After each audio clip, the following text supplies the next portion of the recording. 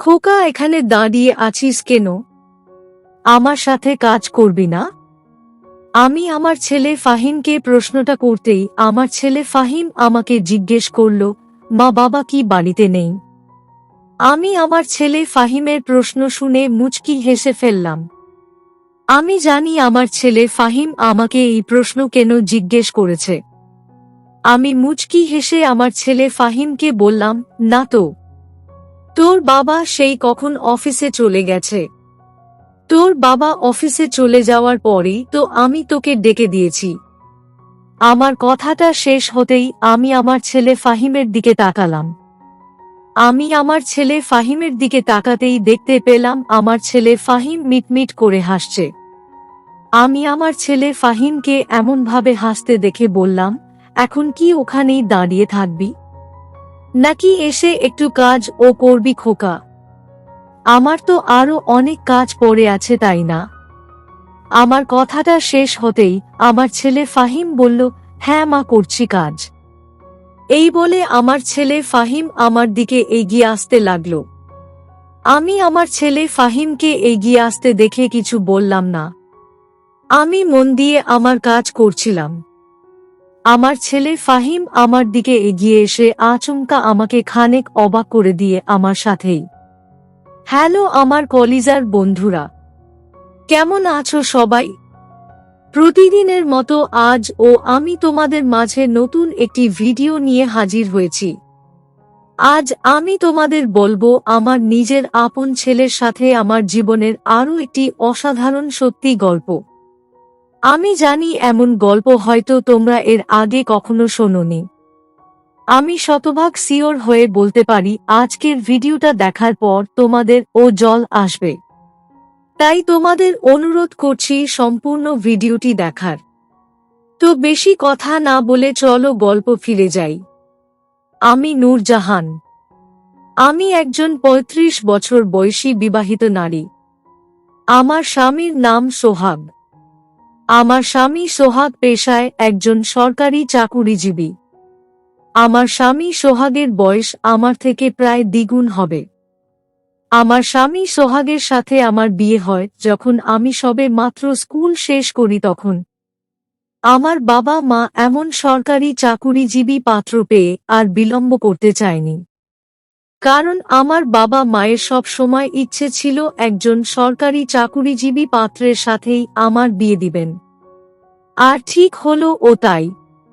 আমি যদিও আমার স্বামী সোহাগকে মোটেও পছন্দ করতাম না। আর তার কারণ বলতে আমার স্বামীর অতিরিক্ত বয়স, যেটা আমার মোটেও ভালো লাগতো না। আমার এক ছেলে সন্তান আছে। আমার ছেলের নাম ফাহিম। আমার ছেলে ফাহিমের বয়স 18। আমার ছেলে ফাহিম সবে মাত্র স্কুল শেষ করে কলেজে উঠেছে। আমি আমার স্বামী সন্তান নিয়ে শহরে থাকি। মূলত আমাদের পরিবার খুব বড় নয়। এই 3 জন মিলেই আমাদের পরিবার। আমার স্বামী সোহাগ সব সময় নিজের কাজ নিয়ে বিজি থাকত।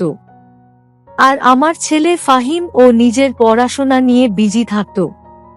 বাড়িতে শুধুমাত্র আমি একা থাকতাম। একা এই বাড়িতে আমার একদমই সময় কাটত না। তাছাড়া মানুষ কি আর একা একা থাকতে পারে নাকি? আমার মন খারাপ হয়ে যেত।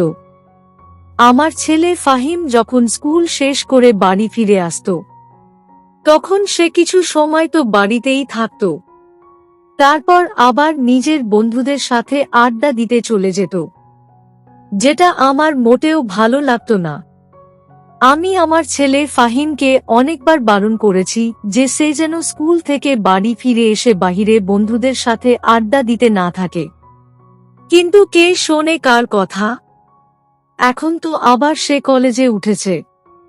তার মানে এখন থেকে তার দেখা পাওয়াই দায় হয়ে পড়বে। বলে রাখা ভালো যে আমার স্বামী সোহাগের সাথে আমার খুব একটা কথা হয় না, জরুরি কথা বার্তা ছাড়া। তাছাড়া উনি কখনো আমাকে বা আমার ছেলে ফাহিমকে একটু সময় দিতেন না। আমি আমার স্বামী সোহাগের এমন ব্যবহারের সাথে অনেক আগে থেকেই পরিচিত। তাই আমি এই বিষয়টা নিয়ে তেমন একটা চিন্তা করি না। কিন্তু আমার ছেলে ফাহিম তো আমার কথা শুনতে পারে। বাড়িতে থেকে একটু পড়াশোনার পাশাপাশি আমার কাজে আমাকে একটু সাহায্যও তো করতে পারে। আমি সারাটা দিন একা একা বাড়িতে বসে থাকি, আর একাই বাড়ির সকল কাজকর্ম করে থাকি। আমার স্বামী সোহাগ তো কখনো আমার কথা চিন্তা করেনি। আমার হাসি খুশি এসব নিয়ে চিন্তা করার মতো তো ওনার নেই। তাই বলে আমার ছেলে ফাহিম ও আমার কথা চিন্তা করবে না? আমি নিজের ঘরে বসে আপন মনে বিটবিট করে কথাগুলো বলছি। সন্ধ্যা প্রায় হয়ে এসেছে। এখনো আমার ছেলে ফাহিম বাহির থেকে বাড়িতে ফিরে আসেনি। ছেলেটাকে নিয়ে সব সময় আমাকে একটা চিন্তায় থাকতে হয়। আজ বাড়িতে একবার আসুক, তারপর দেখছি ফাহিমের সমস্যা কোথায়। আমি আরো মিনিট খানেক সময় অপেক্ষা করতেই আমার ছেলে ফাহিম বাড়িতে ফিরে আসলো।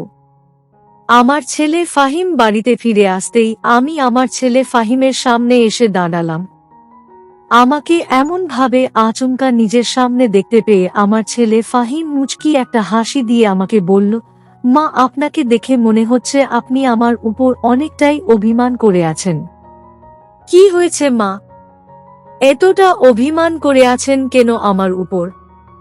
আমি আমার ছেলে ফাহিমের প্রশ্ন শুনে খানেক সময়ের জন্য নিশ্চুপ হয়ে থেকে আমার ছেলের দিকে এক দৃষ্টিতে তাকিয়ে আছি আমি। আমার ছেলে ফাহিম বেশ ভালো করেই জানে যে আমি তার মুখের হাসি দেখলে আর অভিমান করে থাকতে পারি না। তাই তো সে সব সময় হাসতে থাকে। কিন্তু আজ তো আমি তাকে কিছু বলবই। আমি আমার ছেলে ফাহিমের দিকে খানেক সময় তাকিয়ে থেকে বললাম, খোকা, তোর কি কোনো কাণ্ড জ্ঞান নেই? মানে একটা কথা তোকে রোজ রোজ বলতে হবে আমার? কেন রে, তোকে একটা কথা আমায় রোজ বলতে হবে কেন?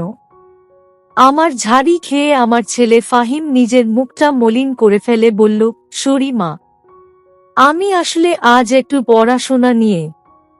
আমি আমার ছেলে ফাহিমকে সম্পূর্ণ কথাটা বলতে দিলাম না। আমি ফাহিমকে থামিয়ে দিয়ে বললাম, থাক ফাহিম, তোকে আর কিছু বলতে হবে না। সারাটা দিন আমি এই বাড়িতে একা থাকি। প্রতিটা সন্তান নিজের বাবা মায়ের প্রতি যত্নশীল হয়ে থাকে, সব সময় বাবা মায়ের খেয়াল রাখে। অথচ তুই দেখ, নিজের খেয়ালটাই তো রাখতে জানিস না, আমাদের কি খেয়াল রাখবি? যাক খোকা, আমি আর কখনো তোকে কিছু বলবো না। তোর যেমন ইচ্ছে তেমন ভাবেই আড্ডা দিতে থাক। আসছি আমি। এই বলে আমি আমার ছেলে ফাহিমের সামনে দিয়ে চলে যেতে লাগলাম। আমি আমার ছেলে ফাহিমের সামনে থেকে সোজা চলে আসলাম আমার ঘরে। আমি নিজের ঘরে এসে আপন মনে মুচকি হাসলাম, কারণ আমি জানি আমার আজকের বলা কথাগুলো শোনার পর আমার ছেলে ফাহিম ঠিক নিজেকে শুধরে নিবে। আর আমিও সেটাই চাই। আমি নিজের ঘরে চলে আসার কিছু সময়ের মধ্যেই আমার ছেলে ফাহিম আমার ঘরের সামনে এসে দাঁড়িয়ে আমাকে ডেকে বলল, মা, একটা কথা বলার ছিল। আপনি অনুমতি দিলে আমি কথাটা বলতে পারি। আমি আমার ছেলে ফাহিমের কথাটা শুনে খানেক অভিমানী কণ্ঠে বললাম, কি কথা? আমার সাথে তোর কোনো কথা নেই। তুই যা নিজের ঘরে গিয়ে বসে থাক। আর তা না হলে যা নিজের বন্ধুদের সাথে এখন গিয়ে আড্ডা দিতে থাক। আমার কথাটা শেষ হতেই আমার ছেলে ফাহিম ভীষণ মলিন কণ্ঠে আমাকে বলল, মা, সরি, আমার ভুল হয়ে গেছে। আমি আর কখনো আমার বন্ধুদের সাথে আড্ডা দিতে যাব না। আমি আজ থেকে সব সময় বাড়িতেই থাকব, আর আপনার সাথে আপনার সকল কাজে আপনাকে সাহায্য করব মা। প্লিজ আপনি আর অভিমান করে থাকবেন না আমার উপর, প্লিজ মা। আমি আমার ছেলে ফাহিমের মলিন কণ্ঠে বলা কথাটা শোনার পর আর অভিমান করে থাকতে পারলাম না। আমি আমার ছেলে ফাহিমের দিকে তাকিয়ে মুচকি একটা হাসি দিয়ে বললাম, হয়েছে হয়েছে, আর বলতে হবে না। এখন যা গিয়ে ফ্রেশ হয়ে নে। তোর বাবার বাড়ি ফেরার সময় হয়ে গেছে। ফ্রেশ হয়ে নাস্তা খেতে আয়। আমার কথাটা শুনে আমার ছেলে ফাহিম ভীষণ খুশি হয়ে গেল। আমার ছেলে ফাহিমের মুখে হাসির ঝলক দেখে আমিও হেসে ফেললাম। ছেলেটা আমার একদমই পাগল। আমি একটু অভিমান করলেই আমার ছেলে ফাহিম বিচলিত হয়ে পড়ে। আমার ছেলে ফাহিম ফ্রেশ হতে চলে যেতেই আমার স্বামী সোহাগ বাড়ি ফিরে আসলো। আমার স্বামী সোহাগ বাড়িতে ফিরে আসতেই আমি আমার স্বামীকে জিজ্ঞেস করলাম, আপনার জন্য কি শরবত করে দিব? আমার প্রশ্নের জবাবে আমার স্বামী সোহাগ ভীষণ ভারী কণ্ঠে বলল, এটা আবার জিজ্ঞেস করতে হয়? দেখতে পাচ্ছ না আমি অফিস থেকে এসেছি, এখন একটু শরবত খেয়ে বিশ্রাম করব আমি। রোজ রোজ কি তোমাকে সবকিছু বলে দিতে হবে নাকি? আমার স্বামী সোহাগের কথাটা শুনে আমি আর কিছু বললাম না। আমি চলে গেলাম ওনার জন্য শরবত তৈরি করতে। আমার স্বামী সোহাগ সময় আমার সাথে এমনভাবেই কথা বলে থাকে, যেই কারণে আমি খুব বেশি জরুরি কথা ছাড়া তাকে কখনো কিছু বলি না। আমি কিচেনে এসে আমার স্বামী সোহাগের জন্য শরবত তৈরি করে নিয়ে ঘরে ফিরে আসলাম। আমি ঘরে ফিরে আসে আমার স্বামীকে শরবত দিয়ে সোজা চলে আসলাম খাবার টেবিলে। আমি খাবার টেবিলে আসতেই দেখতে পেলাম আমার ছেলে ফাহিম খাবার টেবিলে বসে খাবার খাচ্ছে। আমি আমার ছেলে ফাহিমকে খাবার খেতে দেখে তার পাশে গিয়ে বসলাম। আমি আমার ছেলের পাশে গিয়ে বসতেই আমার ছেলে ফাহিম আমাকে বলল, মা, আজকের নাস্তাটা অসাধারণ হয়েছে, আপনি খেয়ে দেখুন। আমি আমার ছেলে ফাহিমের কথার বিপরীতে বললাম, না রে খোকা, আমার খেতে ইচ্ছে করছে না, তুই খেয়ে নে। আমার কথাটা শুনে আমার ছেলে ফাহিম হয়তো কিছু একটা আঁচ করতে পেরেছে।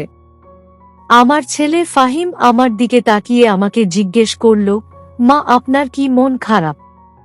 বাবা কি আপনাকে কিছু বলেছে? আমি আমার ছেলে ফাহিমের প্রশ্নের জবাবে বললাম, আর কি বলবে? তোর বাবা কেমন সেটা কি তুই জানিস না নাকি? আমার কথাটা শেষ হতেই আমার ছেলে ফাহিম একটা দীর্ঘশ্বাস ফেলে বলল, মা, আমি জানি আপনার মন কেন খারাপ, কিন্তু কি করব বলুন মা, বাবা তো আমাদের মতো সাধারণভাবে কথা বলতে পারে না। সব সময় তিনি এমনভাবেই শক্ত গলায় কথা বলে থাকেন। আপনি দয়া করে মন খারাপ করবেন না মা, আপনি মন খারাপ করে থাকলে আমার ভালো লাগে না।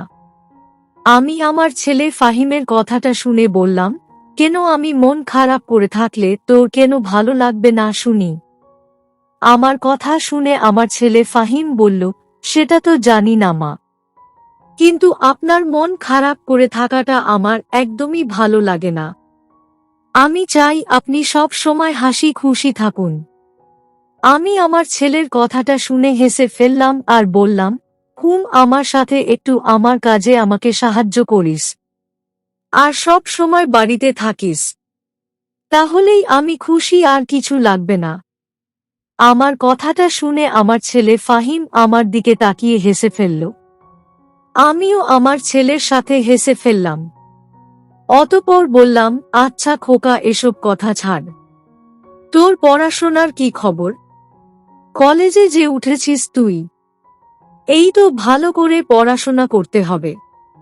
আমার ছেলে ফাহিম আমার কথা শুনে মুচকি হেসে বলল, সেটা নিয়ে আপনি একদমই চিন্তা করবেন না মা, আপনার ছেলে সব সময় যেমন ভালো রেজাল্ট করে এসেছে, এখন ও ঠিক তাই হবে। আমি আমার ছেলে ফাহিমের কথাটা শুনে মুচকি হেসে ফেললাম। আমার ছেলে ফাহিমের সাথে বসে আরো বেশ কিছু সময় গল্প করলাম। আমি আমার ছেলে ফাহিমের সাথে গল্প করে অতঃপর রাতের খাবার খেয়ে নিতে চলে গেলাম। রাতের খাবার খেয়ে আমরা যে যার মতো ঘুমিয়ে পড়লাম। পরদিন সকাল বেলা আমি ঘুম থেকে উঠে সবার আগে আমার স্বামী সোহাগের টিফিন রেডি করে দিলাম। আসলে আমার স্বামী সোহাগ আবার বাহিরের খাবার একদমই খেতে পারে না। আমি আমার স্বামী সোহাগের জন্য টিফিন রেডি করে দিতেই আমার স্বামী সোহাগ অফিসের জন্য বেরিয়ে গেলেন। আমার স্বামী সোহাগ অফিসে চলে যাওয়ার পর আমি আমার ছেলে ফাহিমকে ডেকে দিয়ে রান্নাঘরে এসে আমাদের জন্য সকালের জলখাবার তৈরি করতে লাগলাম। মিনিট খানেক পর আমার ছেলে ফাহিম তার ঘর থেকে বেরিয়ে আমার কিচেনের সামনে এসে দাঁড়ালো। আমি আমার ছেলে ফাহিমকে কিচেনের সামনে দাঁড়িয়ে থাকতে দেখে বললাম, খোকা এখানে দাঁড়িয়ে আছিস কেন? আমার সাথে কাজ করবি না? আমি আমার ছেলে ফাহিমকে প্রশ্নটা করতেই আমার ছেলে ফাহিম আমাকে জিজ্ঞেস করল, মা বাবা কি বাড়িতে নেই? আমি আমার ছেলে ফাহিমের প্রশ্ন শুনে মুচকি হেসে ফেললাম। আমি জানি আমার ছেলে ফাহিম আমাকে এই প্রশ্ন কেন জিজ্ঞেস করেছে। আমি মুচকি হেসে আমার ছেলে ফাহিমকে বললাম, না তো, তোর বাবা সেই কখন অফিসে চলে গেছে। তোর বাবা অফিসে চলে যাওয়ার পরেই তো আমি তোকে ডেকে দিয়েছি। আমার কথাটা শেষ হতেই আমি আমার ছেলে ফাহিমের দিকে তাকালাম। আমি আমার ছেলে ফাহিমের দিকে তাকাতেই দেখতে পেলাম আমার ছেলে ফাহিম মিটমিট করে হাসছে। আমি আমার ছেলে ফাহিমকে এমনভাবে হাসতে দেখে বললাম, এখন কি ওখানেই দাঁড়িয়ে থাকবি, নাকি এসে একটু কাজ ও করবি খোকা? আমার তো আরো অনেক কাজ পড়ে আছে, তাই না? আমার কথাটা শেষ হতেই আমার ছেলে ফাহিম বলল, হ্যাঁ মা, করছি কাজ। এই বলে আমার ছেলে ফাহিম আমার দিকে এগিয়ে আসতে লাগল। আমি আমার ছেলে ফাহিমকে এগিয়ে আসতে দেখে কিছু বললাম না। আমি মন দিয়ে আমার কাজ করছিলাম। আমার ছেলে ফাহিম আমার দিকে এগিয়ে এসে আচমকা আমাকে খানিক অবাক করে দিয়ে আমার সাথেই রান্নার কাজ করা শুরু করল। আমি আমার ছেলে ফাহিমকে আমার রান্নার কাজে সাহায্য করতে দেখে বললাম, আরে পাগল ছেলে আমার, তোকে আমি বলেছি রান্নার কাজে সাহায্য করতে। তুই গিয়ে নিজের ঘরটা পরিষ্কার করে নে। কোনোদিন তো নিজের ঘর পরিষ্কার করিস না তুই, আমাকেই করতে হয়। আজ একটু তুই নিজে করে নে। আমার কথাটা শুনে আমার ছেলে ফাহিম বলল, আরে মা, ঘর পরিষ্কার পরে করে নিব, এখন আপনার রান্নার কাজে আপনাকে সাহায্য করি। রান্না শেষ করে খাবার খেতে হবে তো, তাছাড়া আমার এমনিতেই অনেক ক্ষুধা পেয়েছে। আমি আমার ছেলে ফাহিমের কথাটা শুনে মুচকি হেসে ফেললাম। আমার ছেলে ফাহিম কখনো আমাকে তেমন একটা সাহায্য করেনি কোনো কাজে, তবে আজ সে আমাকে সাহায্য করছে দেখে আমার ভীষণ ভালো লাগছে। আমি আমার ছেলে ফাহিমের সাথে গল্প করতে লাগলাম, আর সেই সাথে হাত চালিয়ে কাজ করতে লাগলাম। আমার ছেলে ফাহিম বেশ ভালোই কাজ করছে, যা আমি আশা ও করতে পারিনি। অতঃপর আর কি, আমি আর আমার ছেলে ফাহিম মিলে আমাদের সকল কাজ শেষ করে নিলাম। সেই সাথে অনেক গল্পও করলাম আমরা। আমার ছেলে ফাহিম এখন আর বন্ধুদের সাথে আড্ডা দেয় না। সে সব সময় বাড়িতে থেকে পড়াশোনা করে, আর অবসর সময় আমাকে আমার সকল কাজে সাহায্য করে থাকে। আমিও আমার ছেলের সাথে মন খুলে কথা বলতে পারি, যেটা আমার কাছে আরো বেশি ভালো লাগে। সত্যি আজ আমি অনেক খুশি। আমি চাই আমার ছেলে ফাহিম সব সময় এমন থাকুক। তো বন্ধুরা, এই ছিল আমার নিজের আপন ছেলের সাথে আমার জীবনের একটি সত্যি ঘটনা। তোমাদের কেমন লাগলো আজকের গল্পটা? অবশ্যই কমেন্টে জানাবেন। প্রিয় বন্ধুরা, আজকের ভিডিওটি এখানেই শেষ করলাম। যদি আমাদের ভিডিওটি আপনাদের ভালো লেগে থাকে তবে একটা লাইক করবেন এবং চ্যানেলটি সাবস্ক্রাইব করবেন। আজকের জন্য আপনাদের কাছে বিদায় নিচ্ছি। দেখা হবে আগামীকাল নতুন একটি ভিডিও নিয়ে। সে পর্যন্ত সবাই ভালো থাকবেন। ধন্যবাদ।